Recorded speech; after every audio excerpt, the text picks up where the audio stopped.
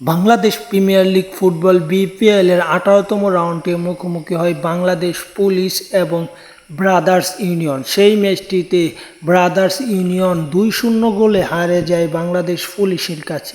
সব কিছু মিলিয়ে বাংলাদেশ পুলিশ ভালো অবস্থানে থেকেই এবারে মৌসুম শেষ করেছে, মানে তারা পয়েন্ট টেবিলে 4 নম্বরে আছে এবং এই ম্যাচটি হেরে এবারের মতো রেলিগেশন থেকে বাদ পড়ল এবং পরবর্তী যে টুর্নামেন্ট বাংলাদেশ চ্যাম্পিয়নশিপ সেটা খেলে বাংলাদেশ প্রিমিয়ার লিগে উত্তীর্ণ হতে হবে ব্রাদার্সকে। কারণ এই ম্যাচটি হেরে 18তম ম্যাচ শেষে, মানে 18টি ম্যাচ শেষে 7 পয়েন্ট নিয়ে এক জয় এবং 4 ড্রয়ের মাধ্যমে 7 পয়েন্ট নিয়ে তারা পয়েন্ট টেবিলের সর্বশেষ 10 নম্বর স্থানে আছে। এবারের বিপিএল ফুটবলে 10টি দলই অংশগ্রহণ করেছিল।